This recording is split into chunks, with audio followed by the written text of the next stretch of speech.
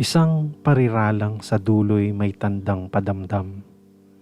Tatlong salita na akala nila ay lubhang makapangyarihan, pero hindi sapat para ang kulang sa akin ay mapunan, para bigat ay gumaan, lungkot ay tuluyang malimutan. Nauunawaan ko ang mithiin mo na ako'y patibayin.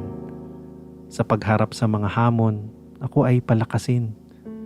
Pigilan ako sa mga plano kong ang mitya ay putulin at magpatuloy sa ekspedisyon na nilalakbay natin.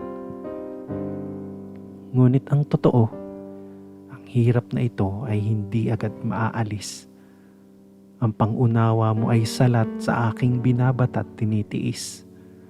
Kahit pabigkasin mo ito na sa iyong labi ay may umis, kahit pa ang intensyon ng puso mo sa akin ay malinis.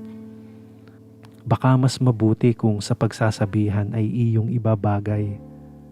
Panahon kung kailan sasabihin, sa tamang oras ilalagay. Sapagkat ang bungay lumilikha ka lang sa loob ko ng away, siga na tumutupok sa aking hindi ko na mapapatay. Sa sinabi mo na kaya ko, ay lalo mo lang pinabibigat. Pasang nais ko nang bitawan noon pa, mas gumaganit ang pagbuhat. Kapag nabigo ako sa gusto nyo, ang aanihin ko ay sumbat. Pagbubulay-bulayan sa isip kong ibig ng sumumbulat.